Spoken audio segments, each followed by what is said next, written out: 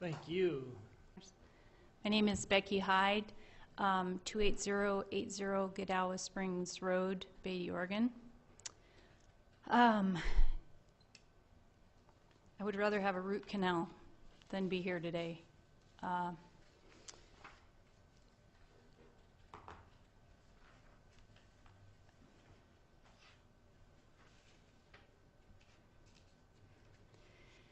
I believe we've become very stubborn with one another in this community, and I've been part of that stubbornness.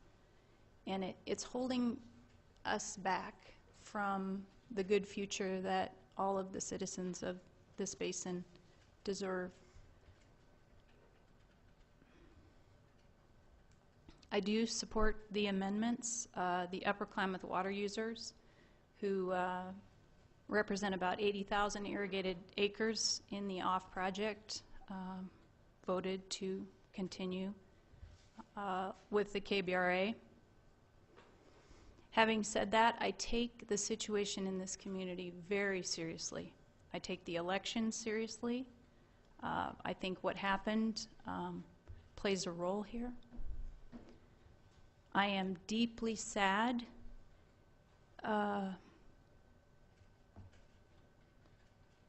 that I've attended these meetings for years, 15 years, and I have not seen a lot of bridge building, and I don't see a lot right now.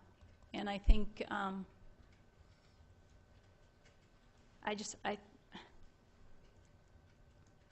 don't know. I'm really at a loss. So even though our organization supports these agreements, I will say that I will hope for leadership, softening from the stubbornness between neighbors, real conversation about what's happening here in terms of things like the adjudication, where we've seen what's happening with the tribal rights and their right to call water.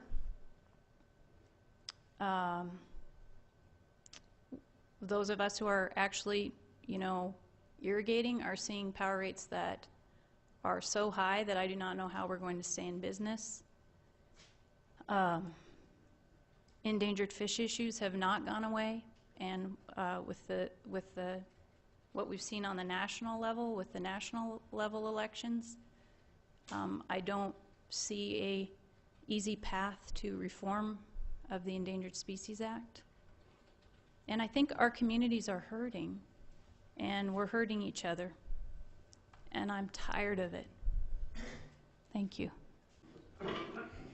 Dennis Jeffcoat, 36924 Agency Lake Loop Road. Over the last several years, as a private citizen, I have heard the interest of the Klamath tribes eloquently represented by Don Gentry and his team. I've heard the interest of those who want this KBRA eloquently represented. I've heard the interest of those against the KBRA eloquently represented.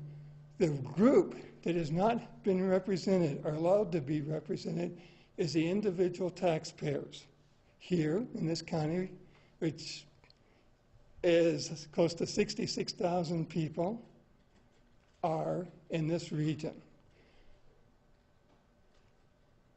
It's time the taxpayers be represented. We need a KBRA that works, but does something for everyone. It has to do something for Don Gentry and the tribes. It has to do something for Mr. King.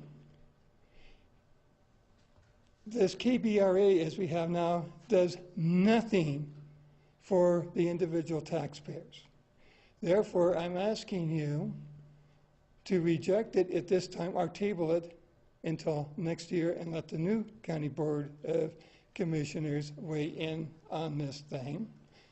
But more importantly, I'm asking for the new County Board of Commissioners to exercise leadership and bring all these parties together, and let's get a KBRA that everybody can participate in, including the taxpayers, because I, for one, am tired of federal bureaucrats, state bureaucrats, and other groups saying, we want this, this, and that, but you, taxpayer, have to pay for it.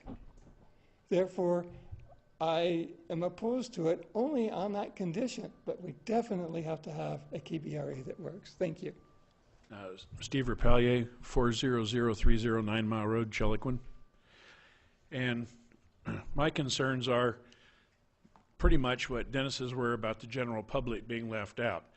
It pretty much starts down with the people that own property on the lakes formed by the Copco dams and Iron Gate. They weren't considered in this at all. They're just told, well, you won't have lakefront property anymore, you'll have riverfront property, which I think is a pretty arrogant position. And there's no guarantee from Pacific Court they would deed the property to the people that live down there in the lake. So those people were left out. This thing's based on false premises. If we look at probably the most comprehensive report done on the salmon runs, it was done by John O. Snyder, started in 1919, and he came out with California Fish and Game Report number 34 in 1930. If you look at his estimates and run the numbers backwards from what we have from the 30-year metatables from California Fish and Game, the total run for the Klamath system, not the main stem Klamath alone, but the Klamath system, was approximately 160,000 fish. This year the estimates have ranged, for the latest revised estimate I saw was 378,000 fish. The downstream tribes were giving an allocation of 160,000 fish. That would be close to 2 million pounds of fish. And they really don't even have a treaty. The Hupa does, the Yurok and the Karuk don't. So anyhow, through court decisions, they were given all these fish. Now, we're expecting fish to the upper river if we take the dams out. But there's no historical written history that indicates that happened on any regular basis whatsoever. So we're going to take the dams out to restore these fish to where they never used to go. And I reread the zooarchaeologist report on their study they did in the upper basin on the salmon. And out of their 15,000 bones, they only found 7,000 they could identify, or roughly 7,000 they could identify as to species, and 191 that they identified as anadromous by their strontium calcium content of the bones. When I went through this report again, they could only identify 43 as to, or out of the bunch as to species, and most of those were steelhead. 8 bones, and this, they said bones, didn't indicate the amount of fish, but bones were Chinook salmon. They also indicated that they thought those had swam up there because there's ear bones in there. But if we read George Gibbs' journal from 1851, we find that he describes how the fish were processed for transport, and the Shasta Indians had a rule where they allowed any tribe that wanted fish to come down and take all they could carry back to their home area. Well, back in those days, the Klamath tribes didn't have horses, so it had to be on their backs, but anybody was welcome to come get these fish. But these fish were ground into fish meal, and it included the heads, which included the ear bones that the zooarchaeologists used for evidence that there was runs of fish to the upper basin. Thank you. I'm William D. Kennedy, 16939 North Poe Valley Road. Commissioner Schweitzer and Huckel, thank you for your service, and I appreciate you continuing through the lame duck session of your term here. Boy, you know, I think the root canal, the best thing about the root canal is someone else administers the anesthesia. I just got done with one a few days ago, and thank you for the anesthesia.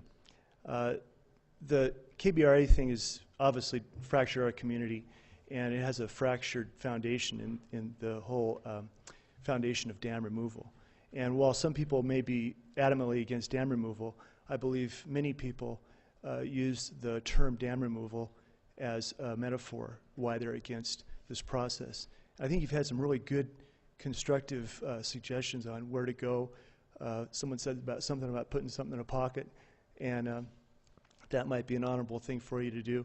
I think that for, moving forward, though, one of the most important aspects for everyone involved in any kind of discussion like this is to hold back the signature until the legislation that is required to implement it is complete. Because what you're being asked to do today is approve an amendment.